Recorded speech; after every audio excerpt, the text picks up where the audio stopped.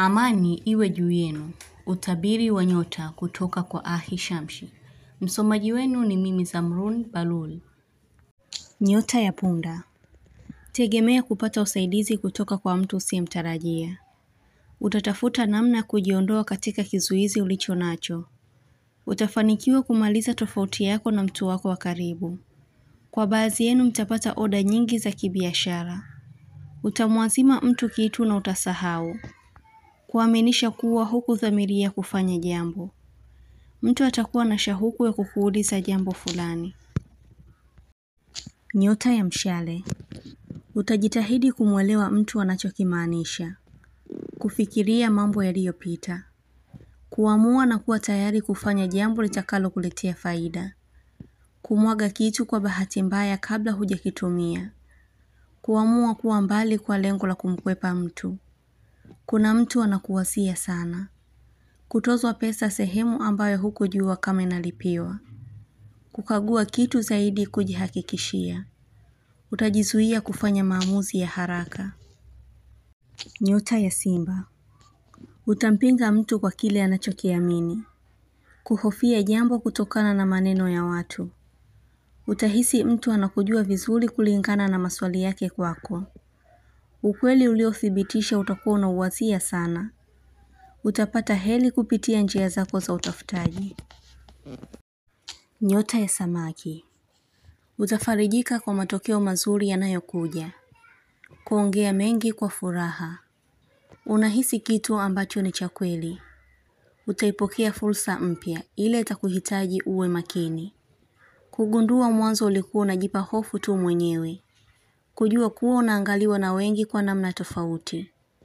Hutotamani kukosana na mtu tena. Moyo wako kutamani uwe na ukaribu na mtu fulani.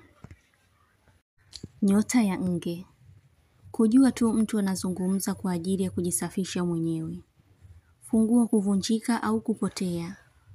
Kutamani kupunguza nywele zako na ziwe katika mtindo mzuri. Kuumia katika kidole cha mguu. Kulipia huduma muhimu ya mtoto. Mtu kukwambia jambo kwa mara nyingine. Nyota ya kaa. Kushindwa kumdai mtu kitu chako. Kumwoneshea mtu uwezo wako wa kazi ni tofauti na yeye. Utashuhudia jambo ambalo hutoamini kama ingekuwa hivyo. Kuelewa uelewa wa mtu hivyo hutotaka kubishana naye. Mawazo yako kuunda ukweli. Kumsamehe mtu ila hautomwambia. Nyota ya ng'ombe. Kupata mpinzani kwa kitu unachokifanya. Kuhisi hofu au wasiwasi baada kuipoteza nafasi fulani. Utajifaharisha kwa unachokimiliki. Utamwepuka rafiki au ndugu mwenye lawama. Kukosea kufuata maelekezo ya vipimo maalum. Nyota ya mashuke. Kupendelea kusoma sana vitabu. Kutafuta uhakiki wa kitu. Kujua ufahamu wa mtu kwa uchache tu wa maelezo yake. Kukaa kwa muda mrefu kuyatafakari maneno yako na ya mtu kwa alivyokuambia. Utauhisi ukweli ambao uliupinga. Utaulizia jambo la muda mrefu kupita. Kukumbukia neno uliloambiwa na kujihisi vibaya. Kujutia kwa ukosaji ulioufanya. Kuifuta namba ya mtu au kuifungia kwa muda. Kutolala kwa raha wakati wa usiku. Nyota ya mbuzi. Kutambua mtu anapitia wakati si mzuri. Utatuma pesa kwa ajili ya matumizi ya kifamilia. Kumchekea mtu kisiri. Kujua mtu anataka kucheza na akili yako. Utafanya maamuzi yenye busara. Kuhakikisha familia yako inapata huduma iliyokuwa ndani ya uwezo wako. Nyota ya mizani. Kuangalia picha ya mtu na kukumbuka mbali sana. Mazoea uliyokuwa nayo na mtu yatapungua na kuisha. Kufikiria kuhusu ndoa. Kupatiwa pesa na mtu kidogo kidogo mpaka utashindwa kutekeleza ulilolitaka. Kuona kitu kwa hisia. Kupata elimu inayohusu viumbe hasa nyoka. Nyota ya mapacha. Kuhisi mtu anakuchukia. Kutamani uache kumfikiria mtu anayeumiza moyo wako. Kupita sehemu nyingi na kuhisi harufu ya chakula au kuona sherehe. Itakujulisha kuna habari njema utaipata na pesa utakayoifurahia. Kuhitaji kusafiri katika nchi ya mbali. Nyota ya Ndoo. Kuhakikishiwa kitu. Utapata funzo kutokana na jambo la mtu.